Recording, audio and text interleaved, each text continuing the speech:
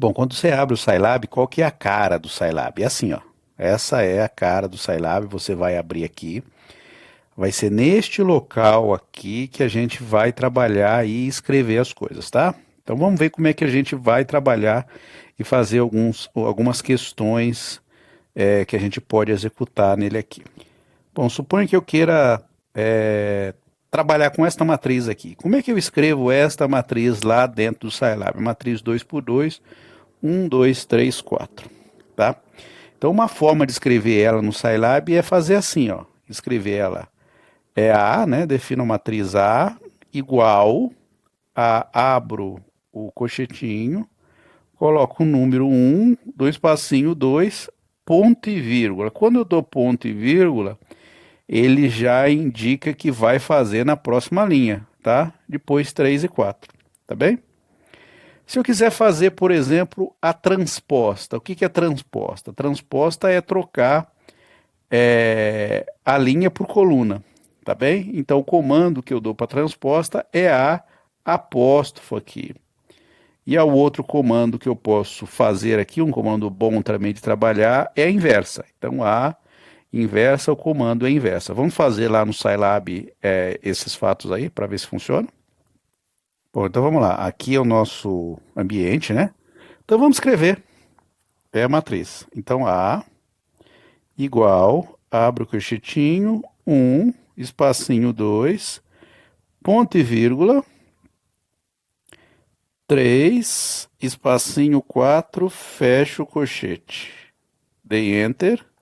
Aí, a matriz A está aí. Esta é a matriz A. Bom, a matriz A, se eu quiser acessar qualquer elemento da matriz A, por exemplo, se eu quiser acessar o elemento 1, que seria esse número 1, aqui, ó, que está na primeira linha, primeira coluna. Como é que eu acesso ele? Então, por exemplo, A1, 1.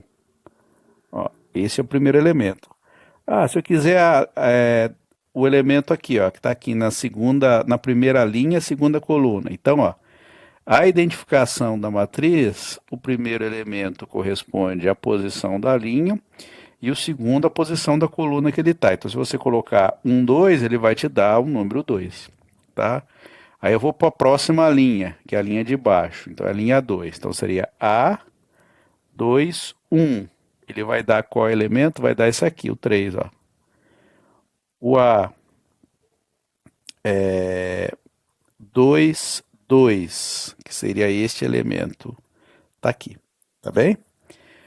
Se eu quiser identificar só a primeira linha, como é que a gente faz? Eu coloco a linha que eu quero, e aí, para identificar a primeira linha, eu quero todo mundo das colunas. Então, ó, se a primeira linha seria este e este elemento aqui. Então, eu fixo a linha, que é 1, e aí no caso da coluna, eu coloco os dois pontinhos. Ó, aí ele dá para mim a primeira linha toda.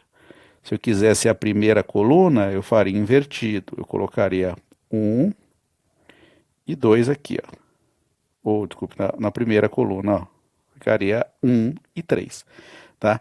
Então, essa é uma forma da gente identificar as linhas. Tem uma coisa interessante também aqui, deixa eu fazer uma matriz um pouquinho maior, então vou chamar de B, agora a gente já sabe como é que a gente cria, né? Então, eu vou pôr 1, 2, 3 na primeira linha. Vou fazer uma matriz 3 por 3 agora. 3, 4, 5. 3, 4, 2. Tá bem? Então, vai lá, matriz 3 por 3. Do mesmo jeito, ó. Se você quiser acessar, por exemplo, esse elemento. Quem que é esse elemento? O segunda linha, segunda coluna. 2, 2. Pronto. Ó, o elemento 4. Aí, por exemplo, imagine que eu quero acessar a primeira linha, mas eu quero só os elementos a partir da segunda coluna, da coluna 2 até a coluna 3. Como é que eu coloco isso? Eu poderia pôr assim, ó, de 2 até 3. Então, ele vai dar para mim só os elementos que eu quero. Então, esses dois pontos aqui, quando eu coloco os dois pontos e não ponho nada, ele coloca a linha toda. Mas se eu coloco um ponto de início até um ponto de chegada, ele coloca para mim os elementos da primeira linha, iniciando na segunda coluna e terminando na terceira coluna, tá bem? Como é que eu multiplico uma matriz por um número? É fácil, ó. 2 vezes B. Só multiplicar. 2 vezes B. Então, vai pegar B e vai multiplicar por 2. Como é que eu somo duas matrizes? Soma normal de matrizes, ó. Somou duas matrizes.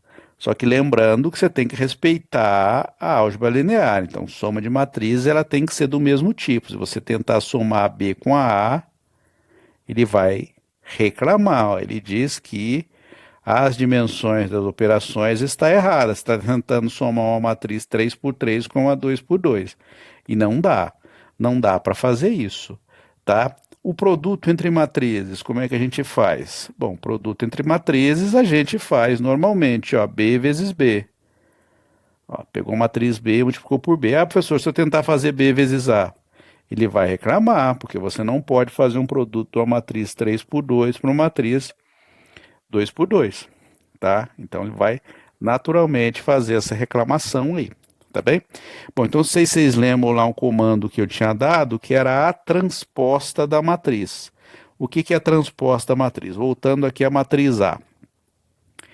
A transposta da matriz é pegar esta linha, a primeira linha vira a primeira coluna, a segunda linha vira a segunda coluna. Então, a transposição pega o A e coloca o símbolo do apóstrofo, ó, esse símbolozinho aqui, viu? Ele inverteu, então ele pegou, era 1, 2, ó, 1, 2 virou a primeira coluna, 3, 4 virou a segunda coluna.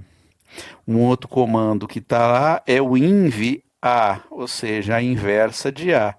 Então ele vai pegar a matriz A e vai calcular a inversa dela. Verifique para você ver, se você pegar a inversa, multiplicar pela a inversa vezes A vai dar a identidade, tá? Ó, deu a identidade. Ah, professor, não deu a identidade. Tá vendo aqui que dá 2,2 vezes 10 a menos 16? Tá? É porque no erro de arredondamento deu esse probleminha aqui, ó, mas 10 a menos 16 é zero. Então essa aqui é a matriz identidade, tá bem? Ah, professor, se eu quiser fazer a multiplicação A vezes inv de A, também vai dar, ó, também vai dar a matriz identidade. Obviamente o mesmo problema deu aqui também, mas esse número aqui também ele é zero, tá? Da ordem de 10 a menos 16 é zero. Aqui está dizendo que é 8,82, 10 elevado a menos 16. Esse D aqui é 10, tá? 10 elevado a menos 16, tá bem? Então essa aqui é a representação da nossa matriz inversa. A mesma vale para B, ó. Se você pegar B, a inversa de B, será que B tem inversa? Tem inversa. Então, se você pegar o inversa de B, multiplicar por B, vai dar a identidade a menos de erros de arredondamento, tá? Então, isso aqui tudo é zero. Por que que acontece isso? Porque ele utiliza aproximações, certo? Então, utilizando aproximações, a gente tem, obviamente, erro de arredondamento associado. Mas, obviamente, a gente abstrai, né? Então, isso aqui é zero, isso é zero, isso é zero, isso é zero. Tá? Tá bem? Bom, uma outra coisa que a gente faz também é interessante para a gente trabalhar com a matriz é o cálculo determinante. Por que que o cálculo determinante é importante da matriz? Porque se a matriz ela for invertível, ou seja, se admitir inversa, o determinante obrigatoriamente tem que ser diferente de zero, tá? Então, quando o determinante for zero, a matriz não admite inversa. Então, existe um comando que a gente pode usar no Scilab, que é o comando det, tá? Então, a gente pode usar esse comando det aqui. Então, se o determinante for diferente de zero, então a matriz é invertível. Se o determinante for igual a zero, então a matriz é não invertível, tá? Vamos lá fazer um exemplo que a gente está trabalhando ali. Então, a gente volta aqui no nosso ambiente, né? Por exemplo, se eu pegar a matriz A, Como ela tinha inversa, obviamente o determinante vai ser diferente de zero. Ó. O determinante deu menos 2. O det de B também vai ser, vai ser inversível. Aí, ó. A matriz B, determinante é, zero, é 6. Vamos construir uma matriz aqui que tem determinante zero? Por exemplo, eu vou fazer uma matriz C aqui, que vai determinante zero. 1, 2. Uma matriz 2 por 2 que tem determinante zero, basta que as duas linhas sejam múltiplo uma da outra. Então, 2, 4 vai ter determinante zero, tá? Se eu calcular o det de C, ó, isso vai dar zero, tá vendo? Se você tentar calcular a inversa de C, ele reclama. Ele diz que a matriz é singular. Singular quer dizer o quê? Que ela não é invertível. Ou seja, que o determinante é zero, tá bem? Bom, uma outra coisa boa e legal da gente fazer no Scilab são gráficos. Ó, a parte gráfica dela, assim, do Scilab não é tão boa, então não dá um gráfico assim tão bonito, mas ele é útil, tá? Bastante útil, porque eu consigo fazer gráfico em uma dimensão, em duas dimensões, de modo fácil, tá bom? Então, por exemplo, imagine que eu queira fazer o gráfico da função seno no intervalo 0 até π. Como é que eu faço esse gráfico da função seno no intervalo 0 até π? Aqui no Scilab, a gente eu não posso escrever simplesmente a função seno, faço o gráfico, não. A primeira coisa que eu tenho que fazer, eu tenho que criar um vetor do domínio espacial.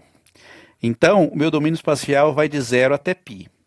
Então, como é que eu faço isso? Ó, eu coloco 0, tem mais de uma forma de fazer, eu vou mostrar as duas formas de fazer.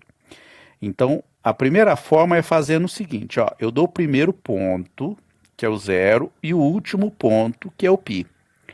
E aí, eu defino uma partição. O que é a partição? A partição são as distâncias que você vai colocar entre pontos consecutivos que você vai criar numa malha.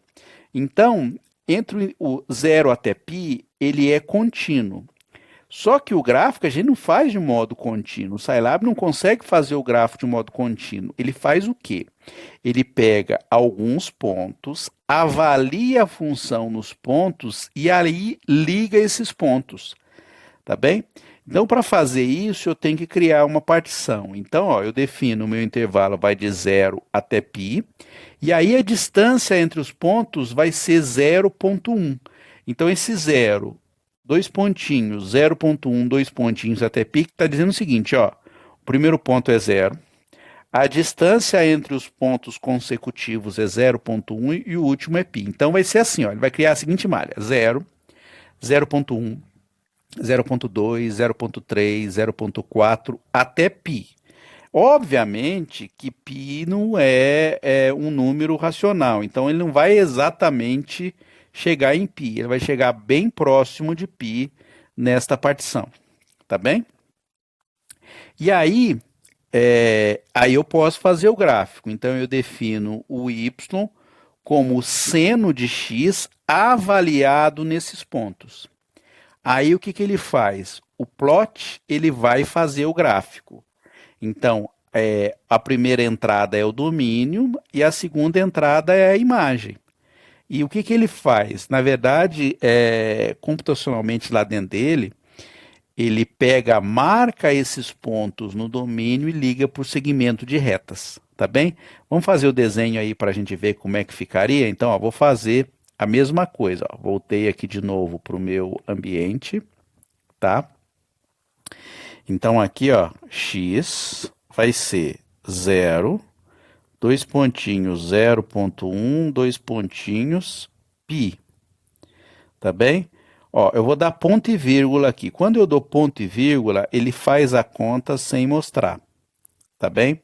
Se você quiser exibir o seu vetor, você coloca x e diz quem é ele, ó. Tá vendo?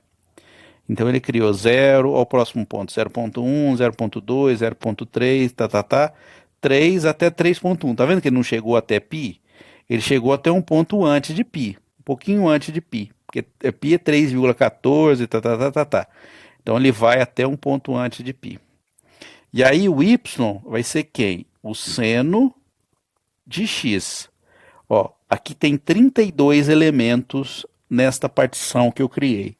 Aqui também vão ter 32 elementos. Tá bem? Ó, exatamente 32 elementos. Então eu vou fazer o plot de x, y. Então ele vai gerar para mim o gráfico. Este é o gráfico do seno no intervalo que eu defini. Tá bem? Porque ele começa em 0, faz o gráfico e iria até 0 de novo. Tá vendo que ele não voltou em 0? Porque ele não está exatamente em π, ele foi até 3,1 só, tá? Então ele chegou aqui um pouquinho antes, tá bem? Olha que legal. Então esse aqui é o intervalo do seno. Professor, tem outras opções dentro do plot? Tem. O plot a gente, por exemplo, professor, eu quero colocar no meu plot só a expressão dos pontos. Como é que eu faço isso? Então vou dar uma vírgula aqui, coloco aqui e vou marcar só os pontos. Então, para fazer isso, eu posso utilizar o asterisco, tá? Então eu uso esse asterisco aqui. Então eu dou Enter. Olha lá para você ver, ó, aqui ele está marcando só os pontos que eu estou interessado, tá vendo? Então aqui, esse aqui são os pontos que foram gerados. Aqueles 32 pontos estão aqui, ó. Tá bem? Então quando eu utilizo esse asterisco aqui, ele não liga os pontos, ele só marca. Então também é uma forma interessante de trabalhar aí. Então, fazer só o plot, ele pega, marca os pontos e liga os pontos. Bom, voltando lá ao nosso texto, a gente pode ver aqui que a gente tem aqui, ó, xlabel, xylabel, seno x e o título gráfico de seno x. Esses comandos aqui, se a gente quiser colocar, a gente deixa o gráfico com uma identificação, tá? Então, ó, o nosso gráfico é assim. Então, se eu quiser vir aqui, ó, colocar xlabel, aí eu coloco x, tá? Vamos ver se ele escreveu, ó, tá vendo aqui? Ele escreveu um x aqui, tá pequenininho, mas dá para ver, tá? Agora eu vou lá, ylabel, coloco lá seno de x e title, gráfico de seno de x.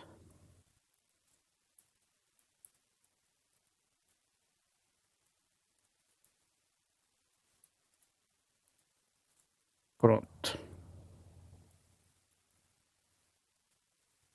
Eu dei um erro aqui. É porque tem um símbolo aqui que agora apaguei. Ele tinha esse símbolo aqui, ele reclamou de a syntax error aqui, por causa desse símbolo tá aqui atrapalhando. Aí eu apaguei o símbolo e funcionou bonitinho, tá? Então, aqui, ó, o nosso gráfico aqui, ó, tá vendo? Olha que belezinha. Então aqui ele colocou x, seno x e gráfico do seno x, tá? Tá aí o nosso gráfico. Tá bem? Uma outra forma de fazer a partição é usar o comando linspace, tá? Então o comando linspace, a gente escreve x igual a linspace, aí eu dou o primeiro ponto, vírgula, o último ponto, que no caso aí é π, e aí eu digo quantos pontos ele tem. Por exemplo, 100. Se eu não disser nada, escrever simplesmente assim, o que ele vai fazer? Ele vai criar a minha partição, ó, ela tem 100 pontos, exatamente 100 pontos.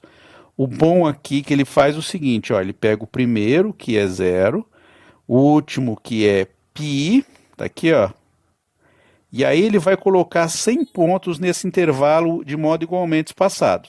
tá? É claro que você não tem muito controle qual que é o tamanho da partição. Você pode encontrar, mas você não consegue definir. Você diz que tem 100 pontos ali. Então, se você for fazer o gráfico agora da sua função, tá? Então aí a gente tem o gráfico da nossa função. Ah, aqui ele deu erro porque eu defini x, mas não fiz a mesma coisa com o y, tá? O y ainda estava ali com 32 pontos. Aqui eu faço de novo. Então, meu y vai ser o seno de x, tá bem? Ó, se você quiser ver quem é o seu seno de x, você vem aqui e clica. De novo, ó, tá vendo 100 pontos. Agora dá para eu fazer o gráfico bonitinho da minha função. Ele vai fazer, tá? Aqui, ó, o gráfico do seno. Tá vendo que ele vem aqui até o final agora, porque até zero, né? Porque eu defini corretamente agora o meu intervalo para eu poder fazer o meu gráfico, tá bem? Bom, imagine que eu queira fazer um outro gráfico. Imagine que eu queira fazer o gráfico da função x ao quadrado. X ao quadrado. Ó, como é que eu faço o quadrado para a função?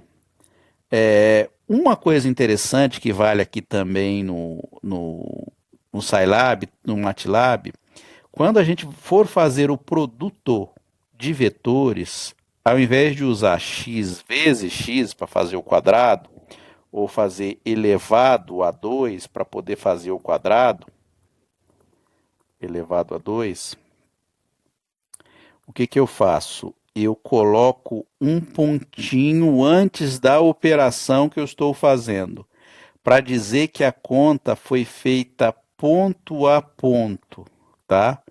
Então eu venho aqui e coloco x vezes x para ser o meu x ao quadrado.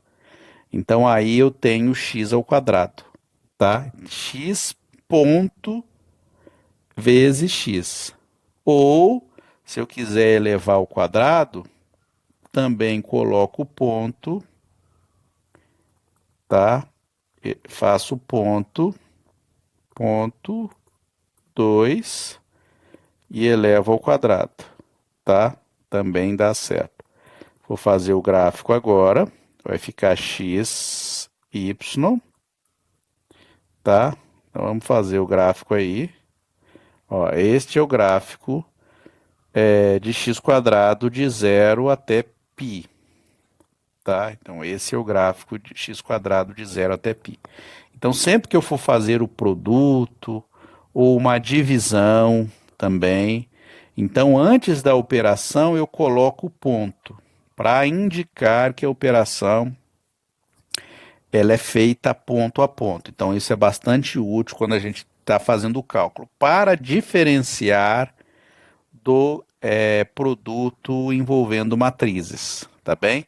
Então, se você for fazer um quadrado, um cubo, qualquer que seja a potência que você for fazer, então antes de fazer a operação, você põe um ponto, tá bem? Então, isso aí ajuda na hora do cálculo.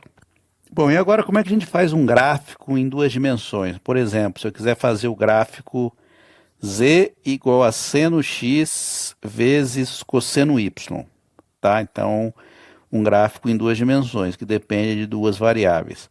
Como é que eu faço o gráfico? A mesma coisa, eu tenho que criar uma malha, tá?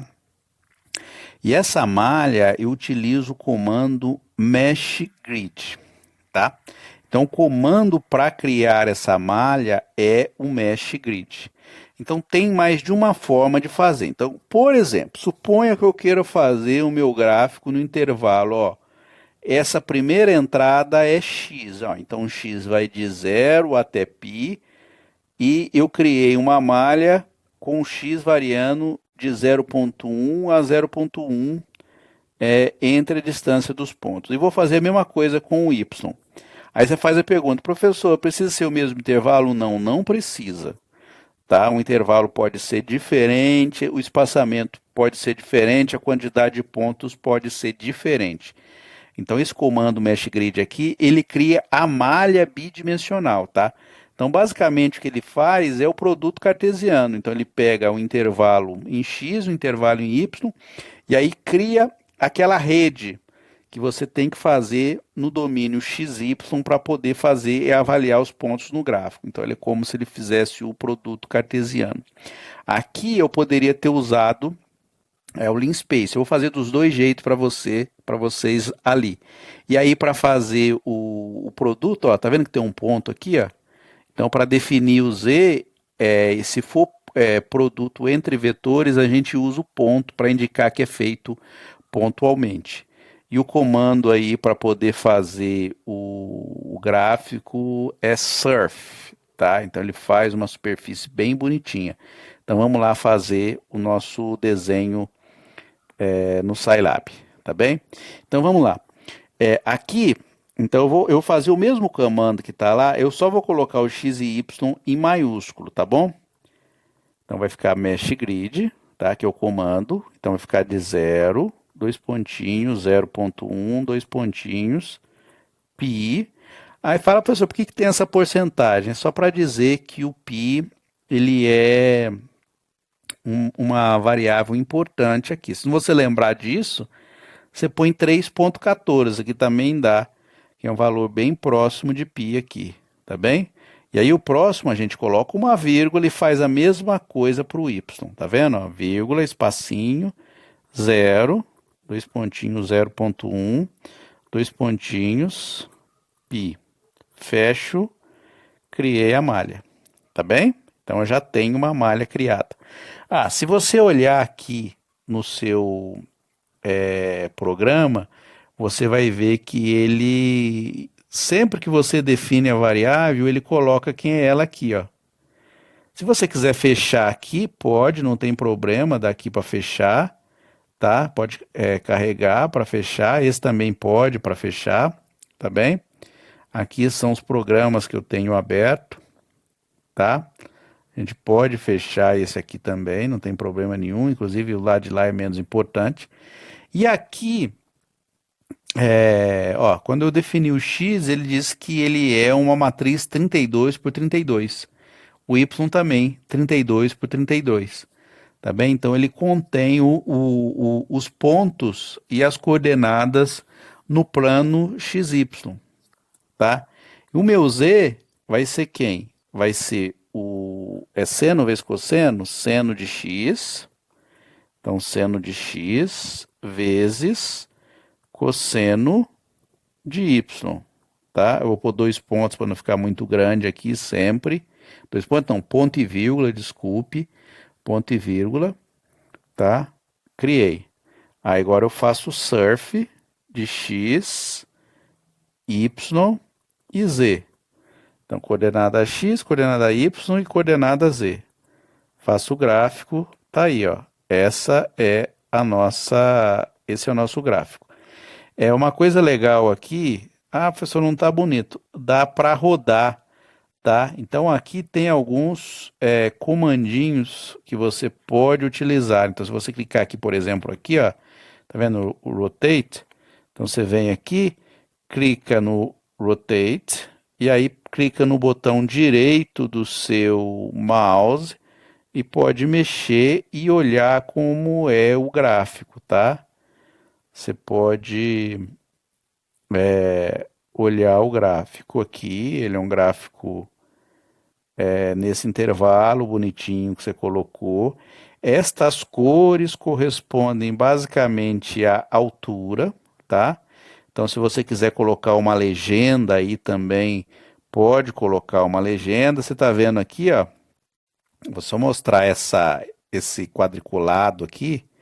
Então, aqui corresponde os pontos em que a função está sendo avaliada, tá? Então, se você colocar aqui, são 32 pontos nessa direção, 32 nessa direção. Então, o total de pontos nesse domínio é 32 vezes 32. Tá? Então, são 32 vezes 32 pontos, porque são 32 aqui, mais 32 aqui, mais 32 aqui. Então, usando a lógica aí, você vê 32 vezes 32. O que o vetor x tem? O que a matriz x tem? A matriz x tem as coordenadas correspondentes aos elementos nessa direção x. E a matriz y tem as coordenadas correspondentes a esta direção aqui. Então, ele guarda esta informação para poder fazer o gráfico, tá bem? É bem interessante aí como é o tipo de comportamento do nosso domínio. Bom, uma outra forma de fazer o gráfico aí é criando o linspace também, ó. Vamos lá. X igual a linspace. Vou fazer um intervalo diferente, ó. Vou fazer de -2 até 3 em X. Vou colocar 200 pontos, tá? Vou fazer para Y agora, ó. Linspace de -4 até 8. E vamos por 400 pontos, tá? Não precisa ser igual, como eu falei. Aí o Z. Vou criar o grid agora, né? Então, ó, x, y é igual ao mesh grid de x, y. Eu defino antes os vetores pequenininho e aí eu crio o mesh grid, tá?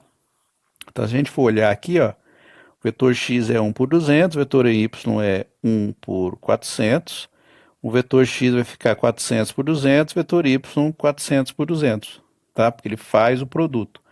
Aqui guarda as coordenadas x, aqui guardadas as coordenadas y do meu vetor. E aí o z vai ficar igual a seno de x grande, tá? Vou chamar de z grande também, para ficar padronizado. Então, seno de x grande vezes o cosseno de y grande, tá? E aí eu faço o gráfico, o surf de x, y e z, tá? Então aqui está o meu desenho. Se eu quiser rodar, então se o intervalo um pouquinho maior, tá? Então se eu quiser rodar, esse é o gráfico da minha função nesse intervalo, tá? Então quanto mais pontos eu coloco, mais melhor resolução ele fica, tá? Então mais próximo de uma coisa mais suave ele vai ficar, tá bem? Do mesmo jeito eu consigo colocar os labels aqui. Então, por exemplo, X label, você pode colocar X, tá? Você olhar lá o gráfico, ó, tá aqui. Aqui ele já colocou X, Y e Z como os labels, tá? Podemos trocar o nome aqui, ó. Domínio X. Tá vendo? Domínio X. Escreveu lá, ele substitui. Pode pôr o título, title. Gráfico da função.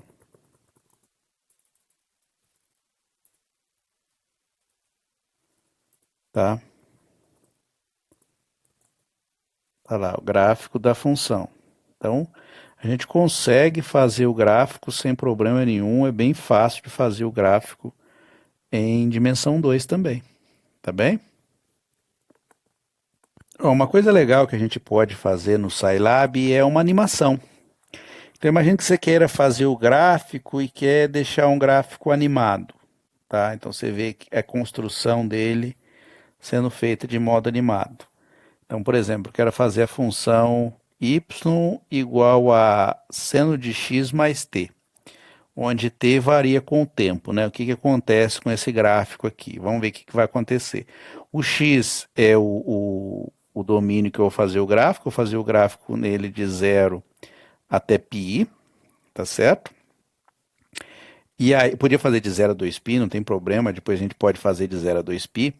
E aí eu vou colocar o t variando de 0 até 2π, tá certo? Então a gente vai ter um gráfico animado. Eu vou deixar o t andando, variando, crescendo, tá? Então ele vai fazer essa animação. Então como é que é feita a animação? Por exemplo, eu posso criar um comando aqui, né? Forçar um comandinho aqui, para ele ir fazendo os gráficos. Porque quando eu faço um gráfico e faço de novo, ele sobrepõe o gráfico anterior, tá bem? Então, o que eu vou fazer? Então eu vou fazer o gráfico, eu vou criar o comando plot, e aí eu vou dar uma pausa, que é chamado de sleep. Então essa pausa, ela dá uma paradinha, antes dele fazer o plot dos próximos gráficos. Então esse for aqui, ele vai fazer um monte de gráficos, um atrás do outro, tá? Só que aí ele dá uma paradinha, ele faz uma pausa de 100 milissegundos. tá bem? Então vamos lá ver como é que fica isso aqui lá no nosso programa, tá bem? Então vamos fazer o gráfico aí. Então, eu vou copiar os comandos que estão aí, vou explicar cada um deles. Bom, esse CLF, ele limpa as variáveis que estão aí, tá? CLF, tá? Então, dou 2 pontos aqui. Ele vai limpar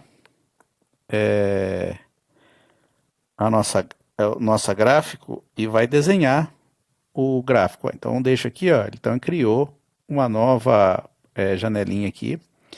E aí, vamos lá. Então, vai ficar o quê, ó? X. Então, vamos criar um novo X. Vai ser de 0, 2 pontinhos, 0,1, 2 pontinhos. Vamos pôr de 2 até 2π? 2 vezes π. Tá bem? Então, ele criou o nosso X.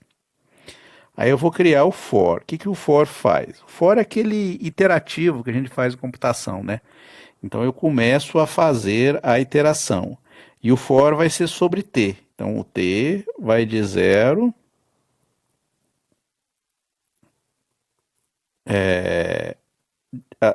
de 0,2 a 0,2 até 2 vezes π. Tá? O y é igual a seno de x mais t, prot x y. Aí eu vou pôr um x title aqui, a animação, seno de x mais t. Esse símbolo aqui, ó, que tá, é para indicar que é um espaço, tá? Mas a gente não precisa colocar, é só dar o espaço normalmente.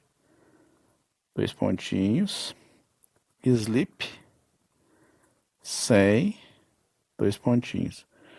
Isso aqui é comentário em Scilab, barra barra é comentário. Então tudo que vier daqui para cá, o Scilab não enxerga, tá? Então eu não vou nem escrever. Aí eu dou um end, tá? Ele está fazendo o desenho, olha lá o gráfico, tá vendo? Ele fez os nossos gráficos aqui, ele fez o gráfico animado e foi andando o gráfico, tá bem? Vamos fazer de novo? Tá? Então é só ir voltando aqui, ele faz. Então tá aqui. Deixa eu deixar aqui ele do lado para a gente poder ver ele bonitinho. Tá? Quando eu colocar aqui o comandinho, ele aparecer bonitinho. Então vamos lá. O X eu já defini, então eu vou só no for. For o Y, o plot, o X-title. Uma coisa legal que a gente tem no Scilab, quando eu coloco a setinha para cima aqui do meu cursor, ele escreve o texto mais, o último texto que eu escrevi. Então fica fácil da gente refazer o que a gente fez de modo rápido. Então dou Enter, olha lá o gráfico, ó, tá vendo? Então ele fez o gráfico com animação, muito legal. Esse gráfico aqui que ele representou. Um outro comandinho legal aqui que a gente tem é o comando Comet, tá? Como é que ele funciona? Ele vai construir o gráfico durante o tempo que ele for desenhando. Então, por exemplo, imagine que eu queira fazer o gráfico do seno no intervalo 0 até 30.